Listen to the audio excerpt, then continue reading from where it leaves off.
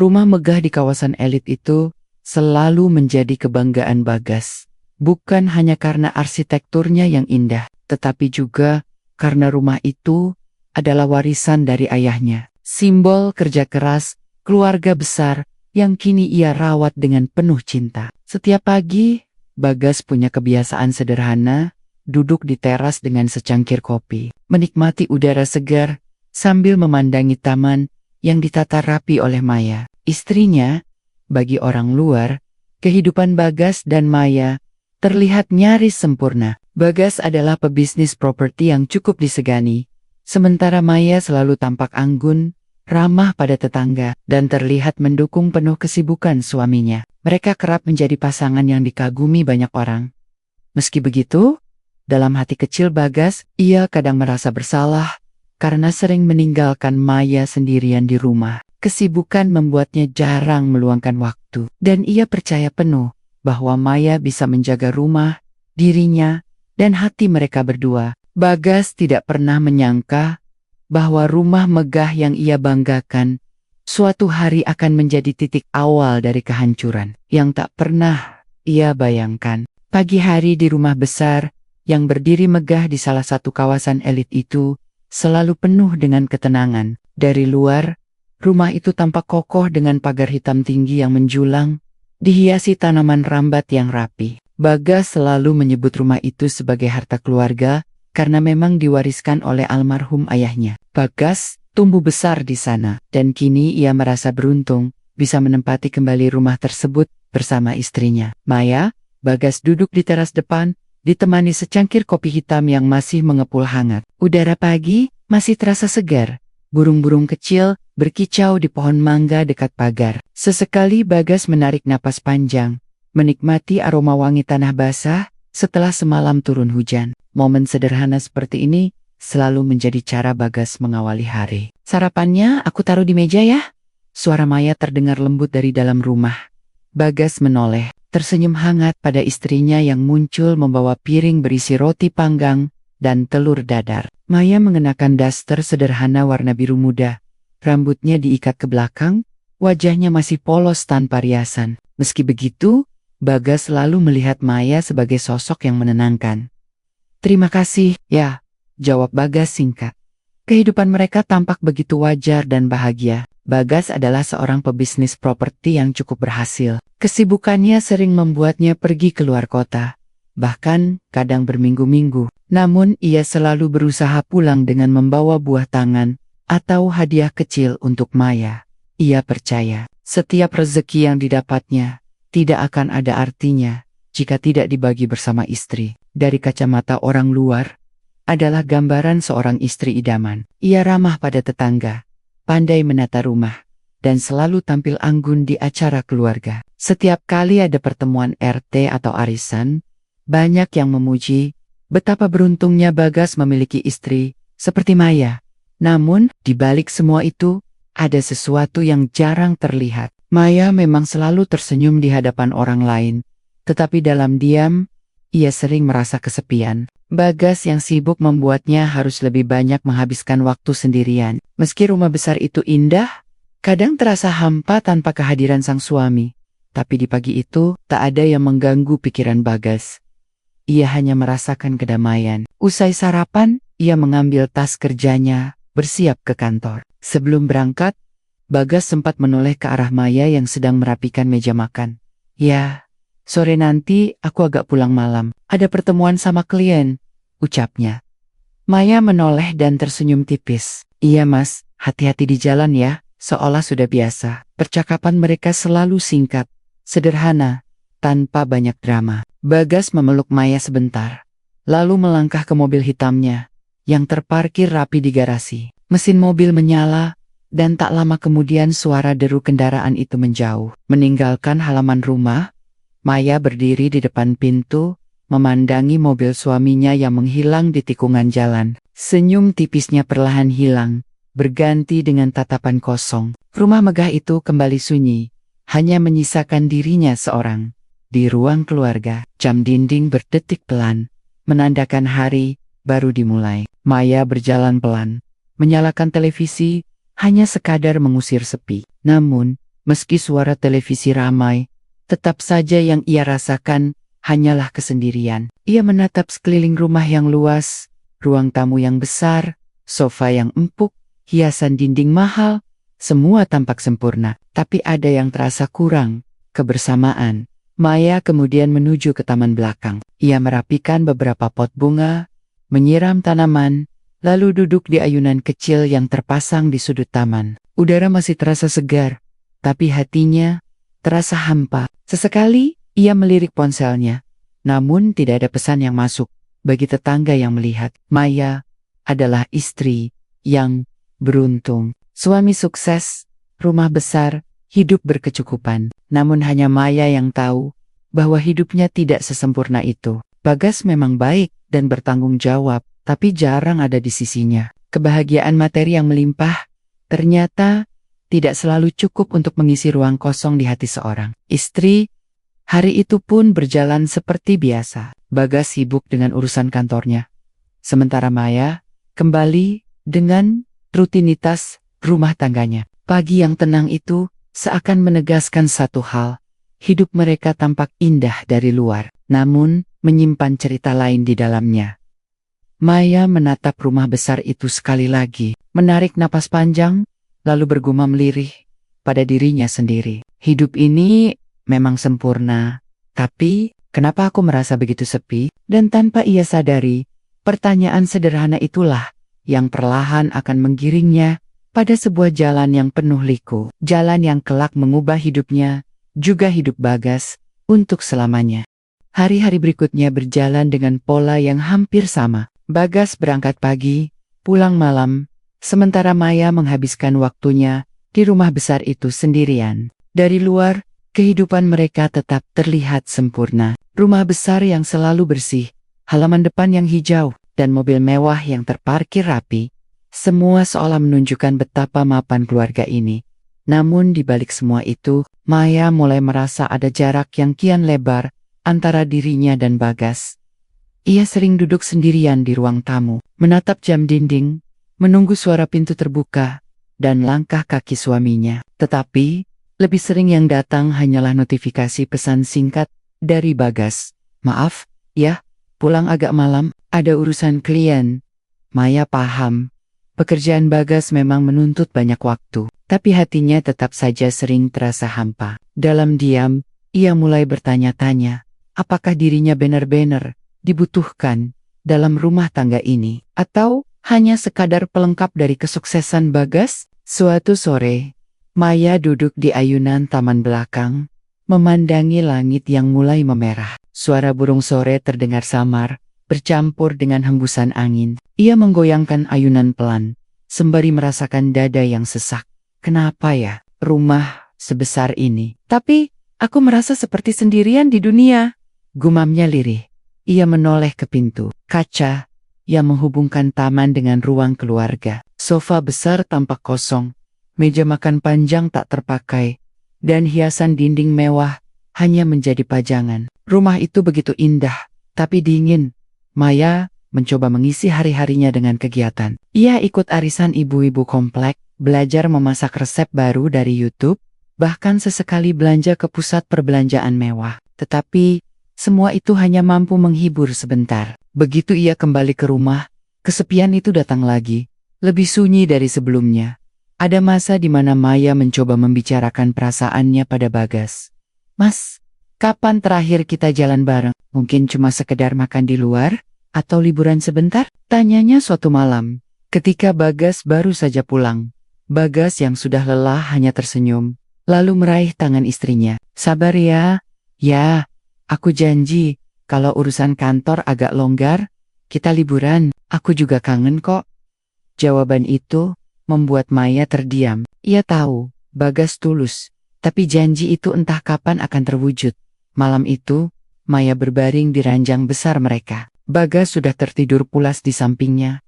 Kelelahan setelah bekerja seharian, Maya menatap langit-langit kamar yang tinggi, lalu berbalik menghadap jendela. Di luar, lampu taman redup berkelip. Ia menarik napas panjang, lalu menutup mata. Namun yang datang bukanlah rasa tenang, melainkan pertanyaan yang semakin menekan. Apakah Aku benar-benar bahagia. Hari-hari berikutnya, perasaan itu semakin mengganggu. Saat tetangga memuji dirinya sebagai istri beruntung, Maya hanya bisa tersenyum kaku. Dalam hatinya, ia merasa seperti boneka yang dipajang. Tampak indah, tapi kosong. Suatu siang, Maya mengunjungi salon langganannya. Di sana, ia melihat para istri lain sibuk bercerita tentang liburan bersama suami, hadiah ulang tahun, atau sekadar kejutan kecil dari pasangan masing-masing. Maya hanya duduk diam, pura-pura ikut tersenyum. Padahal, hatinya terasa perih. Bagus ya hidup Mbak Maya. Rumahnya besar, suaminya sukses. Semua pasti pengen jadi kayak Mbak, ujar salah satu ibu sambil tertawa kecil. Maya hanya tersenyum tipis. Ia ingin mengatakan bahwa harta bukanlah segalanya, tapi kata-kata itu hanya berhenti di ujung bibir. Ia tak ingin membuka aib rumah tangganya di depan orang lain. Sesampainya di rumah, Maya duduk di ruang tamu. Ia memandangi foto pernikahannya dengan Bagas yang dipajang besar di dinding. Wajahnya tampak begitu bahagia di hari itu. Senyumnya tulus, matanya berbinar. Kini, ia bertanya-tanya, apakah kebahagiaan itu masih ada? Hari menjelang malam, Maya kembali duduk di ayunan taman belakang. Seperti kebiasaannya belakangan ini, angin berhembus pelan, membuat helai rambutnya tergerai. Ia menatap kosong ke arah langit. Hingga tiba-tiba sebuah perasaan aneh menyelinap. Sebuah kebutuhan untuk merasa hidup kembali. Ia tidak tahu apa yang sebenarnya ia rindukan. Apakah perhatian kecil Sapon Hengget, atau sekadar teman bicara. Yang jelas, ia merasa kekosongan itu semakin dalam. Malam itu, sebelum tidur, Maya berbisik pada dirinya sendiri. Kalau terus begini, aku bisa gila. Dan di titik itulah, tanpa ia sadari, hatinya mulai membuka ruang. Ruang yang kelak akan diisi oleh seseorang yang datang membawa perhatian, sekaligus membawa badai besar dalam hidupnya. Hari itu, Maya bangun lebih pagi dari biasanya. Entah kenapa, ia merasa bosan dengan rutinitas yang sama setiap hari. Setelah menyiapkan sarapan untuk Bagas, ia melihat suaminya berangkat terburu-buru. Ada janji pagi ini sama investor, kata Bagas singkat sebelum menyalakan mobil. Maya berdiri di depan pintu, menatap mobil hitam itu hingga menghilang di ujung jalan. Hatinya terasa kosong lagi. Ia menarik napas panjang, lalu memutuskan untuk keluar rumah. Mungkin kalau aku jalan-jalan sebentar, hatiku bisa lebih tenang, gumamnya. Ia mengambil tas kecil dan mengenakan gaun sederhana berwarna krem. Setelah itu, ia memesan taksi online menuju pusat perbelanjaan tidak jauh dari komplek perumahannya. Suasana mal siang itu cukup ramai, banyak keluarga kecil yang datang. Maya berjalan pelan di antara etalase toko, sekadar melihat-lihat. Di tangannya sudah ada beberapa kantong belanja berisi barang-barang kecil yang sebenarnya tidak terlalu ia butuhkan. Ketika berhenti di sebuah kafe untuk beristirahat, ia memilih meja dekat jendela. Seorang pelayan datang dan ia memesan secangkir latte. Sambil menunggu, ia mengeluarkan ponsel, mencoba membuka media sosial. Tapi semakin ia scroll, semakin hatinya terasa aneh. Semua orang tampak begitu bahagia dengan pasangannya. Foto liburan, dinner romantis, hadiah ulang tahun. Maya menutup ponselnya dengan kesal.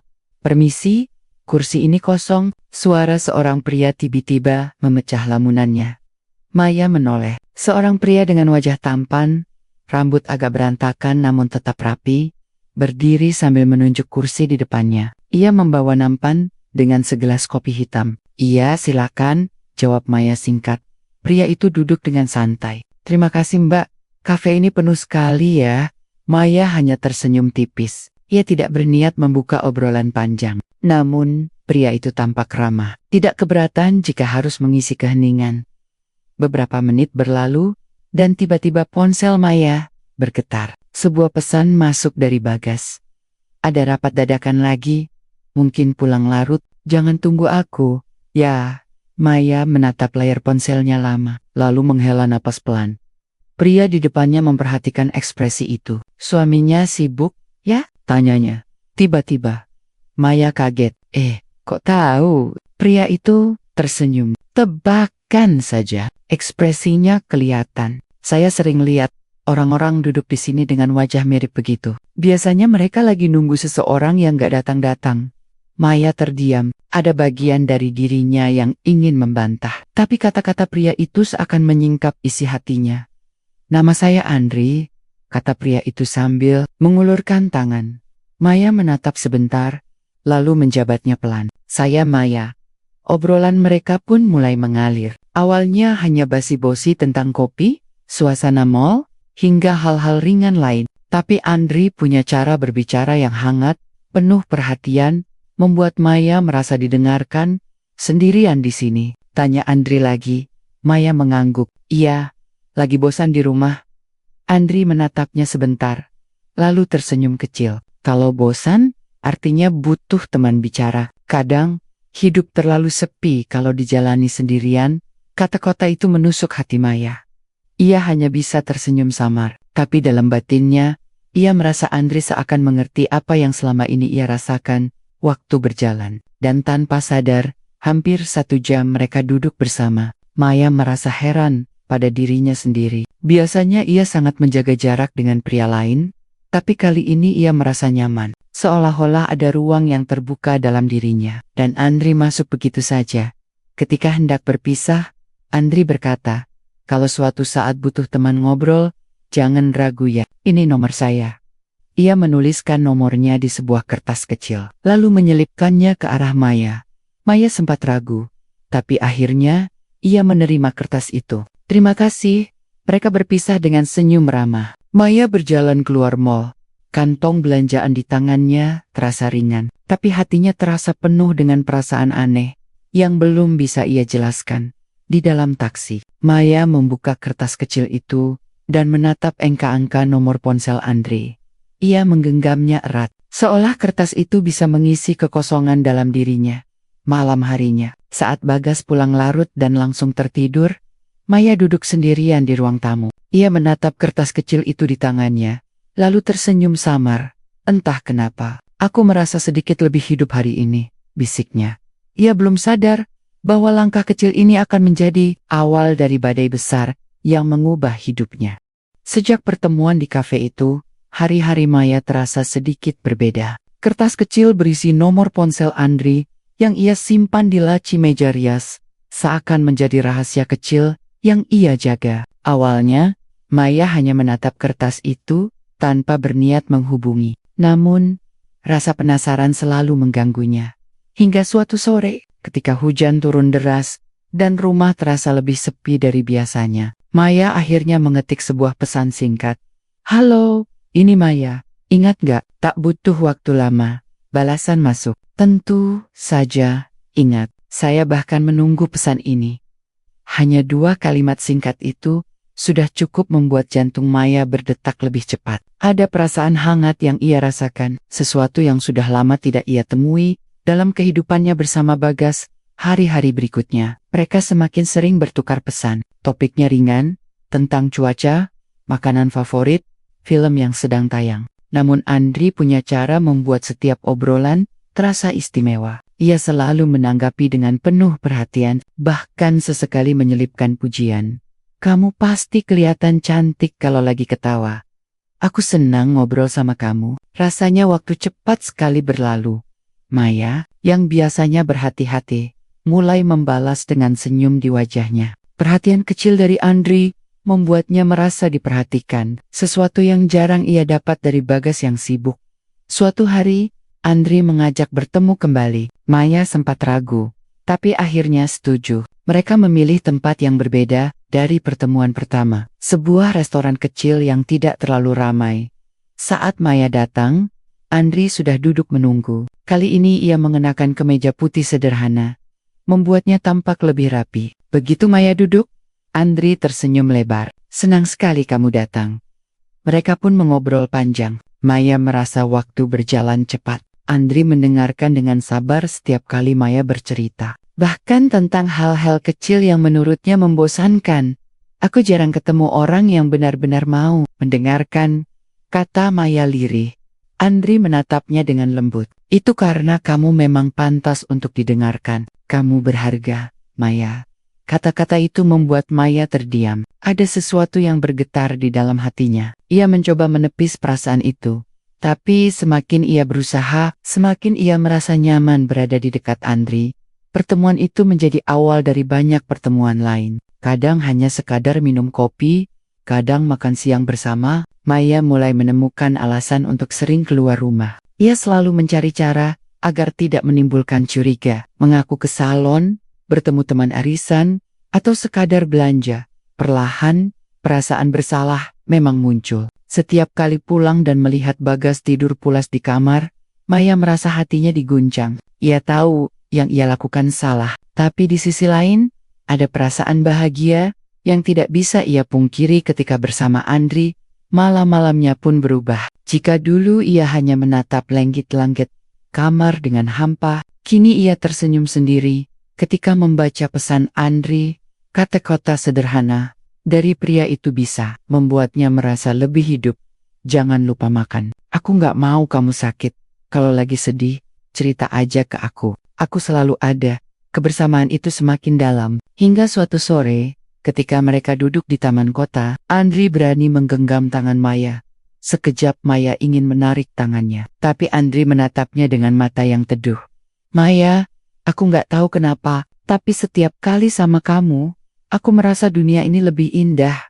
Maya terdiam. Hatinya berdebar kencang. Ia tahu seharusnya ia menolak, menjauh, dan mengakhiri semua ini. Tapi bibirnya justru bergetar mengucapkan kata yang lain. Aku juga merasa begitu. Sejak saat itu, hubungan mereka tak lagi sekadar obrolan ringan. Ada rasa yang tumbuh, meski keduanya tahu rasa itu salah. Maya mulai membandingkan Bagas dengan Andri. Suaminya yang sibuk, jarang ada waktu, terasa jauh berbeda dengan Andri, yang selalu siap mendengarkan. Selalu ada kapanpun ia butuh. Namun, di balik semua kebahagiaan semu itu, Maya tidak sadar bahwa ia sedang berjalan di jalan yang berbahaya. Rahasia yang ia simpan semakin berat, dan bayangan Bagas selalu menghantui pikirannya. Suatu malam, Maya menatap wajah Bagas yang tertidur pulas. Air matanya menetes tanpa ia sadari. Maafkan aku, Mas. Aku nggak tahu kenapa aku jadi seperti ini. Tapi besok, ketika ponselnya bergetar dan nama Andri muncul di layar, rasa bersalah itu lenyap, berganti dengan senyum kecil. Dan di sanalah, cinta terlarang itu tumbuh semakin dalam, diam-diam, tersembunyi di balik kehidupan rumah tangganya yang terlihat sempurna. Hubungan Maya dan Andri semakin intens, hampir setiap hari mereka bertemu, meski hanya sebentar. Bagi Maya, Andri seperti udara segar yang membuatnya merasa muda kembali. Perhatian-perhatian kecil yang diberikan Andri membuatnya lupa bahwa ia sedang mengkhianati suaminya sendiri. Namun, di balik senyum manis dan kata-kata lembut Andri, ada ambisi yang tersembunyi. Andri bukan pria yang hidup mapan. Ia tidak memiliki pekerjaan tetap. Hanya sesekali ikut proyek kecil yang tidak pernah menghasilkan banyak. Sejak awal, ia melihat Maya bukan hanya sebagai wanita cantik yang bisa ia dekati, tetapi juga sebagai jalan keluar dari hidupnya yang serba kekurangan. Suatu sore, mereka duduk di sebuah kafe sepi. Maya terlihat cantik dengan blus sederhana, sementara Andri tampak lebih serius dari biasanya. Setelah lama mengobrol, Andri menatap Maya dengan pandangan penuh harap.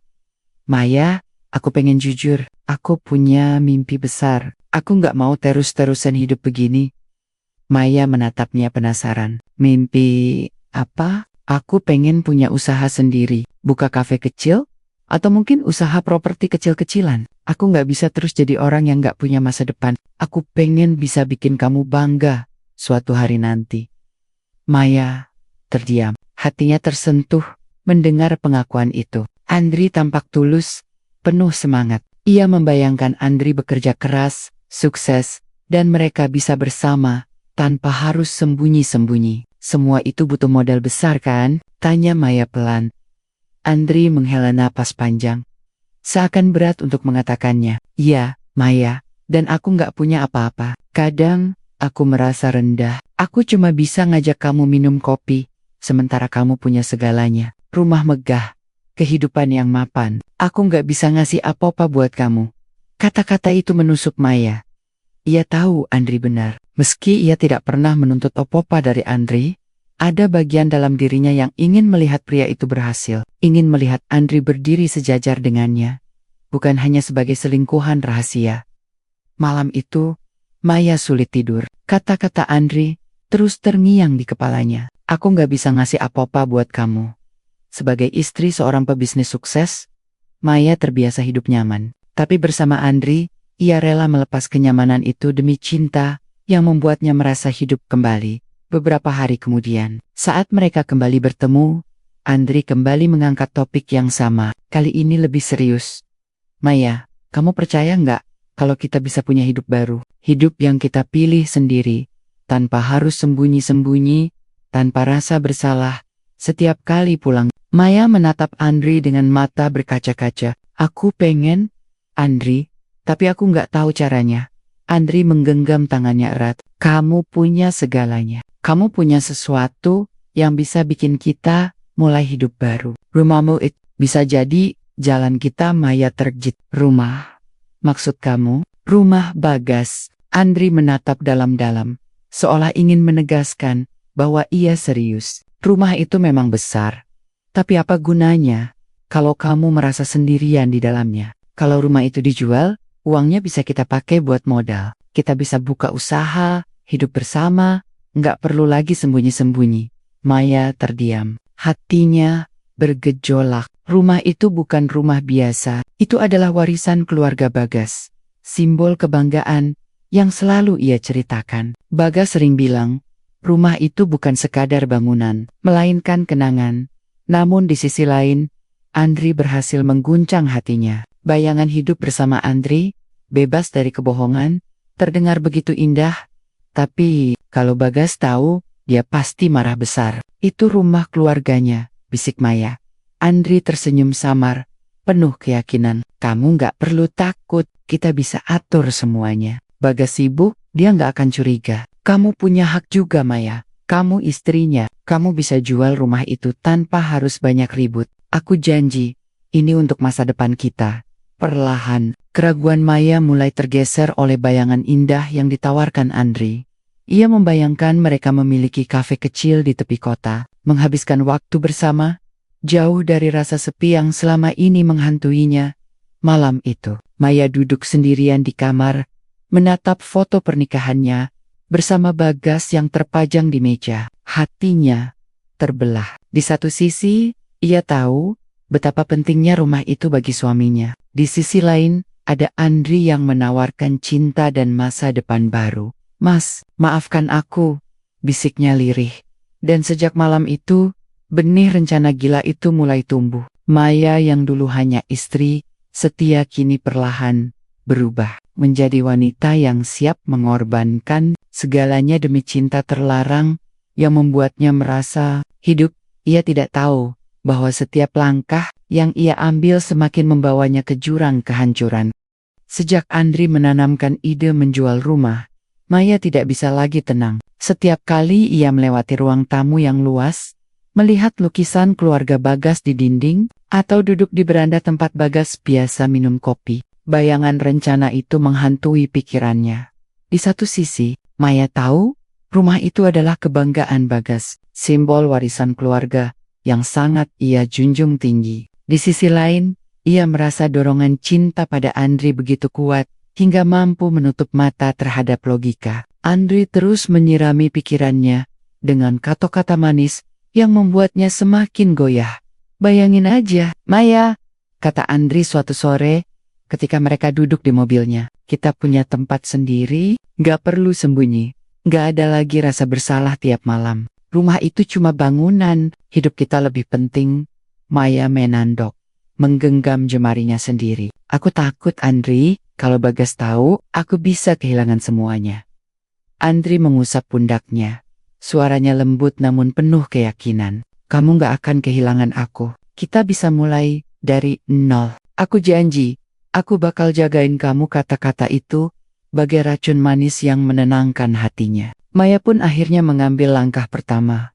Ia mulai menghubungi agen properti secara diam-diam. Ia berpura-pura mencari informasi, seolah untuk teman, agar tidak menimbulkan curiga. Dari percakapan itu, Maya tahu bahwa rumah peninggalan keluarga Bagas bisa laku dengan harga yang sangat tinggi. Malam harinya, saat Bagas pulang dalam keadaan lelah, Maya berusaha bersikap biasa. Ia menyiapkan makan malam, menemaninya ngobrol sebentar, lalu melihat suaminya tertidur pulas. Dalam hati, ia merasa seperti pencuri yang bersembunyi di dalam rumahnya sendiri. "Maafkan aku, Mas," bisiknya lirih, sambil memandangi wajah Bagas yang tenang. Hari-hari berikutnya, Maya semakin berani. Ia mulai menemui agen properti secara langsung. Tentu saja, ia tidak melibatkan Bagas. Ia menggunakan alasan sederhana, mengatakan bahwa suaminya terlalu sibuk dan mempercayakan semua urusan padanya. Agen itu percaya, apalagi melihat Maya membawa berkas-berkas penting yang dayam-dayam ia ambil dari ruang kerja. Bagas, rasa bersalah kian membebani. Tapi setiap kali ia hendak mundur, Andri selalu muncul dengan kalimat penguat. "Maya, kita nggak bisa selamanya sembunyi. Kalau kamu terus di sini, kamu bakal terjebak selamanya dalam kesepian. Ayo, percaya sama aku." Sekali ini aja, Maya pun akhirnya menyetujui proses penjualan. Agen properti itu mulai mencari pembeli serius, dan Maya ikut hadir dalam beberapa pertemuan. Setiap kali ia menyebut harga, hatinya bergetar. Ia tahu ia sedang menjual bukan hanya rumah, tapi juga kenangan keluarga Bagas. Suatu malam, Maya kembali bimbang. Ia duduk di ruang tamu, menatap foto keluarga Bagas yang tergantung besar di dinding. Wajah ayah Bagas di foto itu seolah menatap tajam padanya. Air matanya jatuh tanpa bisa ia tahan. "Kenapa aku jadi seperti ini?" gumamnya. Namun ponselnya berbunyi. Sebuah pesan dari Andri masuk. "Kamu hebat, Maya. Aku bangga sama kamu. Gak lama lagi, kita bakal punya hidup baru." Pesan itu kembali menguatkannya. Maya tersenyum kecil, meski air matanya belum kering. Akhirnya, waktu yang ditunggu tiba. Agen properti memberi kabar bahwa ada pembeli serius yang tertarik dengan rumah itu. Proses pertemuan resmi akan dilakukan dalam beberapa minggu. Maya menyetujuinya dengan hati berdebar. Saat Bagas berangkat dinas keluar kota untuk urusan proyek, Maya menggunakan kesempatan itu. Ia menandatangani dokumen-dokumen penting yang seharusnya tidak pernah ia sentuh tanpa izin suaminya. Tangan Maya sempat gemetar saat pena menyentuh kertas. "Sekali ini saja," bisiknya. Dengan tanda tangan itu, Maya resmi membuka pintu kehancuran yang tidak ia sadari. Langkah pengkhianatan ini tidak hanya akan menghancurkan kepercayaan Bagas, tapi juga masa depannya sendiri. Karena cinta yang ia kira tulus, ternyata menyimpan jebakan yang lebih dalam dari sekadar rasa manis yang menenangkan hati. Hari itu, langit cerah, tapi hati Maya penuh kegelisahan. Ia baru saja mendapat kabar dari agen properti. Pembeli rumah setuju dengan harga yang ditawarkan, dan transaksi sudah hampir final. Beberapa dokumen terakhir sudah ditandatangani atas namanya. Uang hasil penjualan akan segera cair ke rekening yang ia siapkan bersama Andri. Maya duduk di ruang tamu, menatap sekeliling. Setiap sudut rumah menyimpan kenangan. Tawa kecil saat ia dan Bagas pertama kali pindah. Momen kebersamaan keluarga besar Bagas, dan malam-malam sunyi saat ia merasa sendirian. Semua itu akan segera hilang. Hatinya sempat goyah. Ia berjalan ke ruang kerja Bagas, menatap meja yang rapi dengan tumpukan berkas. Di atasnya, ada foto Bagas bersama ayahnya. Wajah Bagas di foto itu tampak bangga, seolah berkata, "Ini warisan keluarga kita, harus dijaga baik-baik." Air mata Maya jatuh. "Mas, aku salah. Tapi aku nggak bisa berhenti sekarang." Pesan dari Andri masuk tepat saat itu. "Sayang, sebentar lagi kita bisa hidup bebas. Aku udah lihat lokasi bagus buat usaha. Kita bakal sukses bareng. Aku janji." Maya menghapus air matanya cepat-cepat. "Ini demi masa depan kita," katanya meyakinkan dirinya sendiri. Beberapa hari kemudian, proses penyerahan rumah berlangsung. Maya menyerahkan kunci rumah dengan senyum terpaksa di depan agen dan pembeli. Saat pintu ditutup, Maya merasa jiwanya ikut terkunci di dalam rumah itu. Tapi Andri, yang menemaninya dari kejauhan, langsung menggenggam tangannya erat. kamu luar biasa. Maya, kita tinggal selangkah lagi. Maya hanya bisa mengangguk, mencoba percaya bahwa keputusannya benar. Sementara itu, Bagas baru saja menyelesaikan perjalanan dinasnya di Surabaya. Ia pulang dengan hati lega karena proyeknya berjalan lancar. Dalam pikirannya, ia ingin cepat sampai rumah, duduk di teras, dan minum kopi buatan Maya. Ia juga berniat membawa kabar baik untuk istrinya. Rencana ekspansi bisnis yang akan membuat mereka semakin mapan. Namun, ketika mobilnya berhenti di depan rumah, Bagas terkejut. Ada papan besar bertuliskan, dijual, sold, yang terpampang di halaman. Jantungnya berdetak kencang. Apa-apaan ini? Ia buru-buru turun dari mobil dan melihat sekeliling. Cat baru terlihat di beberapa bagian. Tanda-tanda renovasi kecil sudah dimulai oleh pembeli baru. Saat Bagas mencoba masuk, ia mendapati kunci rumah tidak lagi cocok. Ini rumah saya. Kenapa? Kuncinya, Bagas mengetuk pintu keras-keras. Seorang pria parubaya yang tidak ia kenal membukakan pintu. Maaf, Anda siapa? Saya Bob. Ini rumah saya, bentak Bagas. Pria itu tampak bingung. Rumah ini sudah saya beli dari istri Anda, Bu Maya. Semua dokumen resmi. Silakan tanya langsung ke beliau. Bagas terdiam. Dunia seakan runtuh di hadapannya. Ia mundur beberapa langkah. Tubuhnya gemetar. Rumah yang diwariskan ayahnya, simbol kerja keras keluarganya, kini sudah berpindah tangan. Dengan tergesa, Bagas menelepon Maya. Suaranya bergetar menahan marah. Maya, apa yang sudah kamu lakukan? Di seberang, Maya hanya bisa terdiam. Suara Bagas penuh luka, penuh amarah. Air matanya kembali mengalir, tapi ia tidak berani berkata jujur. Mas, aku bisa jelaskan. Suaranya pelan. Jelaskan? Kamu jual rumah ini tanpa sepengetahuan aku. Rumah ini warisan keluarga kita, Maya. Maya terisak. Aku melakukan ini demi kita. Mas, aku cuma ingin hidup kita lebih baik. Bagas terdiam beberapa detik, tidak percaya dengan apa yang ia dengar. Atau demi orang lain. Kecurigaan itu langsung menusuk pikirannya. Aku pulang sekarang, kita harus bicara. Bagas menutup telepon dengan tangan gemetar. Amarah, kecewa, dan rasa dikhianati bercampur jadi satu. Dalam hatinya, ia tahu sesuatu yang lebih besar sedang disembunyikan Maya. Malam itu, Maya duduk gelisah menunggu Bagas pulang. Andri mengirim pesan berulang kali, menyuruhnya tenang dan meyakinkan bahwa semua akan baik-baik saja. Jangan takut, bilang aja, ini keputusan kamu. Lagian, uangnya sudah aman, kita tinggal pakai buat mulai usaha. Tapi Maya tidak bisa setenang itu. Wajah Bagas yang penuh luka terbayang jelas di kepalanya. Ia tahu, begitu Bagas sampai rumah kontrakan sementara yang ia sewa, badai besar akan pecah. Dan malam itu benar terjadi. Pintu terbuka dengan kasar. Dan Bagas berdiri di ambang dengan wajah merah padam. Maya, aku cuma mau dengar satu hal. Kenapa? Pertanyaan sederhana itu menusuk hati Maya lebih dalam dari teriakan apapun. Malam itu suasana rumah kontrakan sementara begitu mencekam. Bagas berdiri di ruang tamu dengan wajah penuh amarah. Sementara Maya duduk di kursi dengan kepala tertunduk. Kedua tangannya bergetar, tak berani menatap mata suaminya.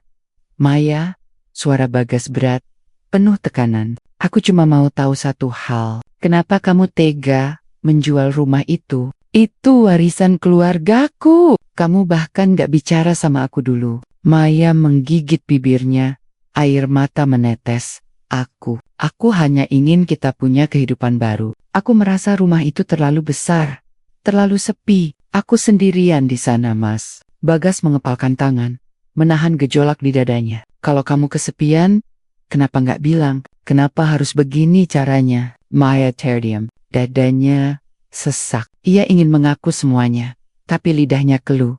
Namun, Bagas bukan pria bodoh. Sejak awal, hatinya sudah dipenuhi kecurigaan. Ia ingat perubahan sikap Maya belakangan ini. Sering keluar dengan alasan tidak jelas. Sering terlihat sibuk dengan ponsel. Senyum yang berbeda dari biasanya. Aku tanya sekali lagi. Bagas mendekat. Suaranya lebih rendah tapi tajam. Kamu lakukan ini sendirian? Atau ada orang lain? Maya terperangah. Jantungnya berdetak kencang. Maksud Mas, jangan pura-pura bodoh Maya. Bagas membentak, hingga Maya terkejut. Aku lihat semuanya. Cara kamu berubah. Cara kamu sembunyi-sembunyi. Kamu nggak sendirian dalam semua ini. Siapa dia? Siapa pria itu? Maya menutup wajahnya dengan kedua tangan. Air matanya pecah. Mas, maaf, aku nggak bermaksud. Jawab. Bagas menggebrak meja, membuat vas bunga jatuh dan pecah berantakan. Suara pecahannya memantul ke seluruh ruangan, membuat suasana semakin tegang. Akhirnya Maya menyerah. Dengan suara bergetar ia berbisik, Andri. Namanya Andri. Hening. Bagas menatap istrinya dengan pandangan hampa, seakan tidak percaya telinganya sendiri. Andri. Siapa Andri? Maya terisak. Dia pria yang aku temui beberapa waktu lalu. Aku merasa diperhatikan olehnya. Dia membuatku merasa hidup, Mas. Dia yang mendorong aku untuk jual rumah itu. Bagas mundur selangkah. Napasnya berat, dadanya terasa sesak, seakan seluruh dunia berputar menghantamnya sekaligus. Jadi, kamu jual rumah keluargaku demi laki-laki lain? Suaranya pecah, antara marah dan patah hati. Maya terisak lebih keras. Aku salah, Mas. Aku nggak tahu kenapa bisa sejauh ini. Bagas menatapnya tajam. Berapa lama kalian sudah menjalin ini? Berapa lama kamu bohong sama aku? Tidur di ranjangku, tapi hati kamu di tempat lain. Maya tak sanggup menjawab. Diamnya menjadi jawaban paling menyakitkan bagi Bagas. Bagas membalikkan badan, meninju dinding sekeras mungkin. Darah mengalir dari buku jarinya, tapi ia tak peduli. Aku sudah kasih kamu segalanya, Maya. Aku percayakan hidupku, keluargaku, hartaku padamu, dan kamu balas dengan menghancurkan semuanya. Demi pria pengangguran, yang bahkan gak bisa ngasih kamu apa-apa. Maya berlari mendekat, mencoba memegang tangan Bagas. Mas, aku minta maaf. Aku masih cinta sama kamu. Aku terseret. Aku salah jalan. Bagas menepis tangannya kasar. Cinta. Jangan sebut kata itu lagi. Kalau kamu cinta, kamu gak akan lakukan ini. Ketegangan semakin memuncak ketika tiba-tiba ponsel Maya berbunyi. Nama Andri tertera jelas di layar. Bagas menatap layar itu dengan tatapan membunuh. Jadi ini orangnya. Ia meraih ponsel itu, lalu mengangkatnya. Halo, suara Andri terdengar santai di seberang. Bagas menahan amarahnya. Dengar baik-baik, Andri. Aku Bagas, suami Maya. Kalau kamu berani lagi ganggu rumah tanggaku, aku pastikan hidupmu berakhir di jalanan. Sejenak Andri terdiam, lalu tertawa kecil. Wah, jadi kamu akhirnya tahu juga. Terlambat Bagas, rumah itu sudah jadi uang. Dan Maya ada di pihakku. Kamu gak bisa ubah apa-apa. Bagas mengepalkan tangan lebih kuat. Kamu pikir, kamu bisa ambil semuanya dariku begitu saja? Andri tertawa sinis. Bukan aku yang ambil. Bagas, Maya yang kasih. Kalimat itu menusuk jantung Bagas lebih dalam dari apapun. Ia melempar ponsel ke lantai, hingga pecah. Maya menjerit kecil. Mas, jangan. Tolong jangan cari masalah dengan Andri. Bagas menoleh tajam. Matanya merah. Kamu masih bela dia? Setelah semua yang kamu lakukan, Maya tak bisa menjawab. Air matanya bercucuran. Bagas menghela napas panjang. Suaranya berat penuh luka. Mulai malam ini, Maya, kamu bukan lagi istriku. Kamu sudah pilih jalanmu sendiri. Maya tersungkur di lantai, menangis sejadi-jadinya. Ia mencoba meraih kaki Bagas, tapi pria itu melangkah mundur, menatapnya dengan pandangan penuh kecewa. Di luar Rama, suara hujan mulai turun deras, seolah langit pun ikut menangisi runtuhnya rumah tangga yang dulu terlihat sempurna.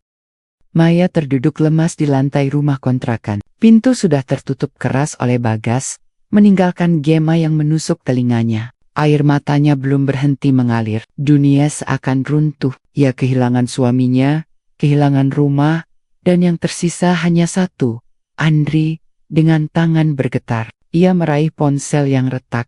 Setelah dibanting Bagas, layar masih bisa menyala, dan nama Andri kembali muncul di pesan singkat. Kamu tenang aja sayang, semua sudah sesuai rencana. Besok kita ketemu, aku bawa kabar baik. Maya menarik napas panjang, mencoba menenangkan diri. Hanya Andri yang aku punya sekarang, gumamnya lirih. Ia meyakinkan dirinya bahwa Andri akan menepati janji. Keesokan harinya, Maya menemui Andri di sebuah apartemen mewah yang baru saja ia sewa. Andri duduk santai di sofa, merokok sambil menonton televisi. "Kamu datang juga?" ujarnya tanpa menoleh. Maya menghampirinya dengan wajah kusut. "Andri, Bagas sudah tahu semuanya. Dia tinggalkan aku. Aku sudah gak punya siapa-siapa lagi selain kamu." Andri tersenyum miring. "Ya, bagus dong. Artinya kamu sekarang bebas. Gak perlu sembunyi-sembunyi lagi." Maya duduk di sampingnya, menggenggam tangannya erat. "Tapi, aku takut." Bagas marah sekali. Dia bilang, "Aku bukan lagi istrinya. Kalau dia laporin aku soal rumah itu gimana?" "Semua bisa hancur, Andre." Andri melepaskan genggamannya, lalu berdiri sambil terkekeh. "Tenang aja, Maya. Semua sudah aku atur. Uang hasil jual rumah itu ada sama aku sekarang. Kita bisa mulai hidup baru, jauh dari sini." Tapi ia menatap Maya dengan tatapan dingin. "Kamu harus ikuti semua keinginanku." Maya menelan ludah. Ada sesuatu dalam nada suara Andri yang membuatnya merinding. Beberapa hari berlalu. Maya mulai menyadari perubahan sikap Andri. Pria itu semakin sering keluar malam, pulang mabuk, bahkan membawa teman-temannya ke apartemen. Maya merasa tidak nyaman, tapi tak berani protes. Suatu malam, Maya menemukan sebuah dokumen di meja. Matanya membesar ketika membaca isinya. Bukti transfer besar-besaran dari rekening hasil penjualan rumah ke rekening orang lain yang tak dikenalnya. "Andri, ini?" tanyanya ketika pria itu pulang. Andri menatapnya sebentar, lalu tersenyum sinis. "Itu uang kita, sayang. Aku investasikan. Jangan khawatir, hasilnya bakal besar." Maya mulai panik. "Tapi itu semua uang dari rumah Bagas. Kalau hilang, kita nggak punya apa-apa lagi." Andri mendekat, mencengkeram dagu Maya dengan kasar. "Dengar, baik-baik. Itu uangku, bukan uangmu. Kamu pikir aku repot-repot suruh kamu jual rumah cuma buat senengin kamu? Kamu cuma pintu masuk, Maya. Sekarang, uang itu di tanganku. Jadi jangan mekam-mekam." Maya terkejut. Tubuhnya gemetar. "Apa maksudmu, Andri? Kamu janji kita akan hidup bersama." Andri tertawa keras, melepas cengkramannya. "Hidup bersama? Oh, Maya, kamu terlalu naif. Aku butuh rumah itu karena nilainya besar. Dan sekarang, aku dapat uangnya. Kamu pikir aku masih butuh kamu?" Hatinya seperti disayat. Air mata Maya mengalir deras. "Jadi, selama ini, aku cuma alat bagimu?" Andri menyalakan rokok lagi dengan santai. "Akhirnya, kamu sadar juga." Maya merasa dunianya benar-benar hancur. Bagas meninggalkannya, Andri mengkhianatinya, dan kini ia tak punya apa-apa. Malam itu ia kabur dari apartemen dengan langkah terhuyung. Hujan deras mengguyur tubuhnya, namun ia tak peduli. Ia berjalan tanpa arah. Pikirannya kacau. Setiap langkah terasa berat, seakan bumi menolaknya. Sampai akhirnya ia berhenti di depan rumah kontrakan lama mereka. Lampu rumah masih menyala. Tanda Bagas ada di dalam. Namun Maya tak berani mengetuk pintu. Ia hanya berdiri di depan pagar, menatap dengan mata bengkak. "Mas," bisiknya lirih. "Aku salah. Aku kehilangan segalanya." Di balik jendela, Bagas memang melihatnya. Namun, hatinya sudah membatu. Ia hanya berdiri diam, menatap Maya yang basah kuyup di luar pagar. Bagas tahu, Maya kini menuai akibat dari perbuatannya sendiri. Dan untuk pertama kalinya, Maya merasakan bagaimana rasanya benar-benar sendirian. Malam itu Maya pulang dengan langkah gontai. Tubuhnya basah kuyup, wajahnya pucat, dan matanya kosong. Setelah ditinggalkan Andri, ia merasa seperti mayat berjalan, tak ada tujuan, tak ada pegangan, hanya rasa penyesalan yang menyesakkan dada. Hari-hari berikutnya, Maya benar-benar jatuh ke titik terendah. Ia menumpang di kos kecil di pinggiran kota, hidup dari sisa perhiasan yang dijual seadanya. Tidak ada lagi tas mewah, tidak ada lagi pesta makan malam, tidak ada lagi janji-janji indah, yang tersisa hanyalah keheningan dan rasa malu. Beberapa kali ia mencoba menghubungi Andre, tapi nomor pria itu sudah tidak aktif. Semua pesan tak pernah dibalas. Maya sadar, uang hasil penjualan rumah itu sudah raib dibawa kabur. Beberapa bulan kemudian, Maya memberanikan diri kembali ke rumah kontrakan Bagas. Ia ingin meminta maaf atau setidaknya mendengar suara Bagas sekali lagi. Namun, ketika ia sampai, pemandangan yang ia lihat membuat lututnya lemas. Di teras rumah, Bagas duduk bersama seorang wanita anggun. Wajah wanita itu lembut, penuh kasih sayang. Tangannya dengan tulus menyajikan teh hangat untuk Bagas. Bagas terlihat lebih segar, lebih bahagia dibanding terakhir kali Maya melihatnya. Senyumnya lepas, matanya bersinar. Bukan lagi wajah lelaki yang dulu disiksa pengkhianatan. Maya berdiri di balik pagar, berusaha menahan tangis. Ia berani mengetuk pintu, dan Bagas menoleh. Sekejap mata mereka bertemu, tapi Bagas segera mengalihkan pandangan ke wanita di sampingnya. "Siapa mas?" tanya wanita itu. Bagas tersenyum tenang. "Nggak usah dipikirkan, mungkin orang yang salah alamat." Maya merasa seolah jantungnya ditusuk. Bagas benar-benar sudah melepaskannya. Ia ingin berteriak, ingin memohon, tapi suara itu tercekat di tenggorokan. Malam itu, Maya pulang dengan langkah tertatih. Namun, tekadnya masih ada. Ia tidak bisa menyerah begitu saja. Beberapa hari kemudian, ia kembali datang. Kali ini ia nekat mengetuk pintu. Dan Bagas membukanya. "Maya," ucap Bagas dingin. "Apalagi yang kamu mau?" "Maya, Mas, aku salah. Aku Bob. Andri tinggalkan aku setelah habisin semua uang. Aku nggak punya siapa-siapa lagi. Aku mohon, terimalah aku kembali. Aku janji, aku akan berubah." Bagas menatapnya lama, lalu menghela napas berat. "Kamu tahu, Maya, aku pernah jatuh hancur karena kamu. Tapi sekarang, aku sudah bangkit. Aku sudah menikah dengan wanita yang tahu arti setia. Dan soal rumah," ia berhenti sejenak. Matanya menusuk tajam. "Keluarga besarku sudah menebusnya kembali. Rumah itu tetap milik keluarga." Maya terdiam. Semua usahanya sia-sia. Rumah yang ia jual untuk Andre kini kembali ke tangan keluarga Bagas, sementara dirinya tidak punya apa-apa. "Mas," suaranya bergetar, "aku benar-benar menyesal. Tolong beri aku kesempatan sekali lagi." Bagas tersenyum getir. "Kesempatan itu sudah kamu buang, Maya. Kamu yang memilih jalanmu sendiri. Dan sekarang, terimalah akibatnya." Ia menutup pintu perlahan, meninggalkan Maya menangis di depan rumah. Hari-hari berikutnya, Maya semakin terpuruk. Ia mendengar kabar dari kerabat jauh bahwa Bagas kini hidup damai bersama istri barunya. Mereka merawat rumah besar itu dengan penuh cinta, mengembalikan hangatnya suasana yang dulu hilang, sedangkan dirinya, Maya, hanya bisa menatap dari kejauhan. Ia tidak lagi punya tempat untuk pulang. Andri lenyap entah kemana, dan semua orang yang dulu ia abaikan kini menutup pintu baginya. Malam terakhir sebelum ia pindah dari kota itu, Maya berdiri di seberang rumah Bagas. Cahaya lampu hangat terlihat dari balik jendela, terdengar tawa lembut dari dalam. Suasana yang dulu ia miliki kini hanya bisa ia bayangkan. Air matanya jatuh tanpa henti. "Aku kehilangan segalanya karena kesalahanku sendiri." Dan disitulah, untuk pertama kalinya Maya benar-benar mengerti arti penyesalan. Bukan hanya kehilangan harta, tapi kehilangan cinta sejati yang tak mungkin kembali.